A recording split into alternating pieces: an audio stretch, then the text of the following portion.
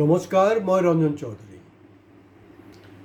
মানে মই যেনেকৈ শুনিছোঁ আপোনালোকেও শুনি আছে যে এই যে অমৃতকালত হিন্দু সংকটত কথাটো হয়, কাৰণ আপুনিও একে ৰাতিৰ ভিতৰত ডাঙৰ হোৱা নাই, মই ডাঙৰ হোৱা নাই, কিন্তু হিন্দুৰ ইমান সংকট আমি কিন্তু কেতিয়াও শুনা নাই। যদিও ধৰি লওক ৩০০ বছৰতকৈ বেছি মোগল ৰাজত্ব কৰিছে, ব্ৰিটিছত ২০০ বছৰতকৈ বেছি কৰিলে, তো তাৰ সেই পিৰিয়ডত মানে কিন্তু আমি শুনা নাই, মোৰ দেউতা বা আৰু যি জেনেৰেশ্যন আছে, জেনেৰেশ্যন আফটাৰ কোনো শুনা নাই। এতিয়া আমি শুনি আছোঁ। ইভেন অটল বিহাৰী বাজপেয়ী, যিজনে মানে বিজেপিৰ ফাউণ্ডাৰ, তেওঁ প্ৰধানমন্ত্ৰী হৈ আছিলে, তেওঁৰ পিৰিয়ডতো কিন্তু মানে হিন্দু সংকটত বুলি কথাটো কিন্তু ওলোৱা নাছিলে। হয়, এটা বস্তু ওলাইছিলে, সেইটো হ'ব যে শ্বাইনিং ইণ্ডিয়া, এতিয়া যোনটো আমাক কোৱা হয় যে আচ্ছে দিন। এতিয়া কথাটো হ'ল যে অসমত এটা ঘটনা হৈছে, এইটো বৰ মানে দুৰ্ভাগ্যজনক ঘটনা। মানে এৰিয়াটো হ'লগৈ গোৱালপাৰা, য'ত মানে মুছলমান অধ্যুষিত এলেকা। আৰু সেই মুছলিম এলেকাত ছেপ্টিক টেংকত কাম কৰিবলৈ গৈ ৩জন শ্ৰমিক মৃত্যু হৈছে। তাৰমানে গেছ হেৰি হৈ গ'ল, কিবা কিবি আৰু এইবিলাক আছে কথা বতৰাবিলাক। তো মই সেই নিউজখনত যেতিয়া ডিটেইলছলৈ গৈ আছোঁ, মই ভাবিছোঁ আৰু গোৱালপাৰা জিলাত তেনেকুৱা এটা ঘটনা হৈছে, এই মুহূৰ্তলৈকে কোনো সাম্প্ৰদায়িক সংঘৰ্ষ হোৱা নাই, এইটো কেনেকৈ হ'ব পাৰে? এইটোতো হ'ব নোৱাৰে নহয়। তাৰপিছত মই মোৰ মানে ইণ্টেনশ্যন এইটো আছিলে যে ঘৰৰ মালিকজন কি হিন্দু হয় না মুছলমান হয়। সেইজন মানে ঘটনাক্ৰমত তেওঁ হিন্দু মানুহ। এতিয়া চিন্তা কৰকচোন বাৰু, যদি সেই ঘৰৰ মালিকজন মুছলমান হোৱা হ'লে কি হ'লে হয়? ইমান দেৰিত মানে CMৰ মানে বিশেষ তৎপৰতা আমি দেখিলোঁ হয়, কণ্টিনিউৱাছ নিউজ চলিলে হয়, বহুত কিবা কিবি হ'লে হয়, বা সাম্প্ৰদায়িক সংঘৰ্ষ সেই তাৰ মানে গইনালৈ, গোৱালপাৰাৰ গইনালৈ বেলেগতে হৈ গ'লে হয়। তো যিনো খোৱা নাই। এতিয়া এটা বস্তু জানি থ'ব যে যিবিলাকে হিন্দুইজম, এই যে সনাতনী এইবিলাক কথা পাতি আছে ন, কোনবিলাকে পাতি আছে RSS BJP, সেইবিলাক। মই তেওঁলোকক প্ৰত্যাহ্বান জনাইছোঁ, যিসকল RSSৰ শাখালৈ যায় নহয়, আৰু সেইটো তেনেকুৱা এটা মই প্ৰগ্ৰাম বিচাৰি আছোঁ যে লাইভ টেলিকাষ্ট হওক, অসম নহয় গোটেই ইণ্ডিয়া দেখক, 1-to-1 ডাইৰেক্ট ডিবেট হ'ব। মই ৰঞ্জন চৌধুৰী, মই চেলেঞ্জ কৰি আছোঁ, আৰু মই তেওঁলোকক মানে ক'ব পাৰিম, এক্সপ্লেইন কৰিব পাৰিম হোৱাট ইজ হিন্দুইজম। আৰু আপোনালোকে যোনটো কৰিছে এইটো হিন্দুইজম নহয়, এইটো ভেণ্ডালিজম চলি আছে, এইটো হিন্দুইজম নহয়। প্ৰথম কথাটো হ'ল যে হিন্দু কোনো ধৰ্ম নহয়, হিন্দু হ'লগৈ দ্য ৱে অফ লাইফ, আপোনাৰ লাইফষ্টাইল কেনেকুৱা। ফৰ এক্সাম্পল আমি ধৰি লওঁ স্বামী বিবেকানন্দ, আমি বেছি কথালৈ নাযাওঁ, বেছি হেৰিলৈ নাযাওঁ। বহুতে কৈ থাকে নহয় যে মহাত্মা গান্ধী হিন্দু বিৰোধী আছিলে, কিন্তু এটা বস্তু তেওঁলোকে পাহৰি যায়, তেওঁৰ যেতিয়া মৃত্যু হয় নহয়, মৃত্যুৰ শেষ মুহূৰ্তত লাষ্ট যি শব্দ আছিলে কিন্তু হে ৰাম, হে আল্লাহ নহয়, হে ৰাম আছিলে। তাৰ পিছতো কিন্তু আজিৰ দিনটোতো তেওঁ মুছলমানৰ মানে খোচামতকাৰী, তেওঁ মুছলমানৰ অমুক আছিলে তমুক আছিলে, আলবাল কিবা কিবি বকি আছে। হিন্দুইজম টোটেলি এইটো এটা বেলেগ বস্তু। এতিয়া আমি যদি অলপ পিছলৈ যাওঁ, এই যে হিন্দুটো হ'লগৈ এইটো আপোনাৰ পাৰ্চী হেৰিৰ পৰা আহিছে। পাৰ্চী মানে এই যে ইৰাণ, এই যে আমাৰ যে তেলৰ নাটনি, গম পাইছে নহয়, সেই তাৰ লগত কানেক্টিভিটি। যদি সনাতন অধ্যয়নত যায় তেতিয়া চাব, তাত আপুনি বুদ্ধৰ কিবা এটা কানেকশ্যন পাব। তো সেইবিলাক যদি মই গোটেই বিশ্লেষণ কৰিবলৈ যাওঁ, প্ৰায় 1 ঘণ্টাৰ ভিডিঅ' হ'ব। মোৰ কৰিবলৈ ধৈৰ্য আছে, কিন্তু হয়তো আপোনালোকৰ শুনিবলৈ ধৈৰ্য নাই। কাৰণ মই দেখিছোঁ যে মোৰ যেতিয়া ভিডিঅ'টো, গুৰুত্বপূৰ্ণ ভিডিঅ' যেতিয়া অলপ দীঘল হৈ যায়, মানে ইয়াতকৈ মই শ্বৰ্টকাট কৰিব লগা কোনো ৰাস্তাই নাথাকে, তেতিয়া দেখিছোঁ মোৰ মানুহে ভিউ কম কৰে। কিন্তু মই অদৰকাৰী সময় আপোনালোকৰ নষ্ট কৰিব কেতিয়াও নোখোজোঁ। এই যে আমাৰ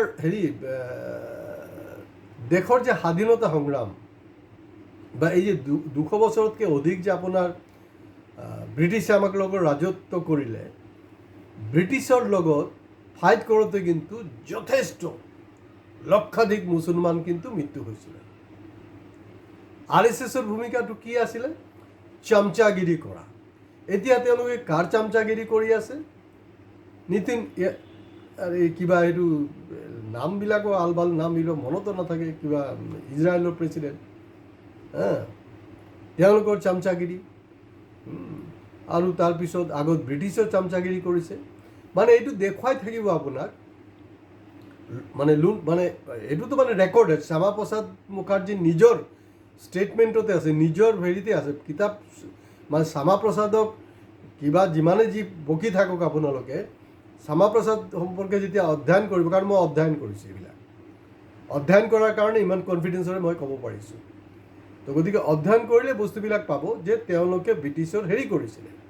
কিন্তু দেখা গৈছে RSS ব্ৰিটিছৰ চামচাগিৰি কৰিলে, বহু মুছলমান কিন্তু দেশ স্বাধীন কৰাৰ কাৰণে মৃত্যু হ'ল, আৰু বহু মুছলমান ৰজা সেইটো সময়ৰ বা জমিদাৰে কওক, তেওঁলোক কিন্তু ব্ৰিটিছৰ লগত কম্প্ৰমাইজ কৰা নাই। সেই তুলনাত কিন্তু হিন্দুবিলাকে, যিবিলাক ৰজা জমিদাৰ আছিলে, তেওঁলোকে যোনটো মস্কা মাৰিব লাগে, যি কৰিব লাগে চব কৰিছে। তো গতিকে হিন্দু অবিহনে মুছলমান নহয়, মুছলমান অবিহনে নহয়। এইটো হ'ব নোৱাৰে, কাৰণ এইটো ধৰ্মই নহয়, ধৰ্মৰ টোটেলি অপব্যাখ্যা। কথাটো কি হয়, মানে এই যে মুছলমানক কেলে দেখুৱাই থাকে, যদি আপোনাৰ ছাকচেছ হৈছে, সব যদি ঠিকে আছে, বাৰে প্ৰতি আপুনি মুছলমানক কেলে দেখুৱাই আছে? কাৰণটো কি? কাৰণটো সেইটোৱে, এই যে দিল্লীত যে আপোনাৰ পকেট মাৰ হৈ যায় নহয়, জেব কাটৰা, তেনেকুৱা হৈ আছে। এইফালে আমাৰ যে ভূমি, আমাৰ জমি, আমাৰ পানী, আমাৰ নেচাৰেল ৰিচোৰ্চ গোটেই লুণ্ঠন কৰি, আগত লুণ্ঠন কৰিবলৈ ব্ৰিটিছক হেল্প কৰিছিলে, এতিয়া প্ৰধানমন্ত্ৰীৰ ঘনিষ্ঠ শিল্পপতিবিলাকক কৰিছে। আৰু এনেকুৱা এটা নেৰেটিভছ দিয়া হৈছে যে এইটো চোৱা, সেই গৰু কাটি আছে, সেইটো চোৱা, টুপি পিন্ধি আছে, সেইটো চোৱা, সি আজান পঢ়ি আছে। মানে আপোনাৰ মাইণ্ডটো বেলেগত লৈ গ'ল, বেলেগত লৈ কিন্তু আপোনাক শোষণ কৰি আছে। কাৰবাৰটো এইটোৱে, মানে ডিফাৰেঞ্চ এইটোৱে, বেলেগ একো নাই। আজিৰ দিনটোত কৰ্পৰেটৰ সহায় অবিহনে RSS বা BJP চলিব পাৰিব নেকি? এইটো একদম চিম্পুল কথাটো। মই ইয়াৰ আগতো কৈছোঁ যে বিফ এক্সপৰ্টিং কোম্পানীৰ হায়েষ্ট ডনেশ্যন BJP পাই আছে, সেইবিলাক অনবৰত কৈ আছোঁ মই। কিন্তু কথাটো হ'ল যে যিসকল আমি হিন্দুবিলাকে আমি চব জানো, চাওক আজিৰ দিনটোতো কিন্তু দেশৰ এটা ভাল এটা সংখ্যক, ভাল এটা পাৰ্চেণ্টেজ কিন্তু হিন্দু মানুহে BJPৰ এই যে লাইন সেইটোৰ লগত একমত নহয়। যদি আপোনালোকে ভোট এইটো এনালাইচিছ কৰে, তাত পাই যাব। হয়, এতিয়া তেওঁলোকে যোনটো 70% কেপচাৰ কৰিছে, মেপ চেপ দেখুৱাই আছে নহয়, এইটো কেনেকৈ কৰি আছে? ইলেকশ্যন কমিশ্যন, EVM, SIR, আৰু এই কিছু মানুহক মানে ছেকেণ্ড ক্লাছ চিটিজেন বনাই দিয়া, সেইটোৱে। আজি ভাৰতবৰ্ষৰ বিভিন্ন ঠাইত, অসমৰ কাৰ্বি আংলং চাংলংবিলাকে বাদেই দিয়ক, বিভিন্ন ৰাজ্যত য'ত য'ত আপোনাৰ নেচাৰেল ৰিচোৰ্চ আছে, তাত কেনেকৈ লুণ্ঠন হৈ আছে, এইটো মন কৰিব।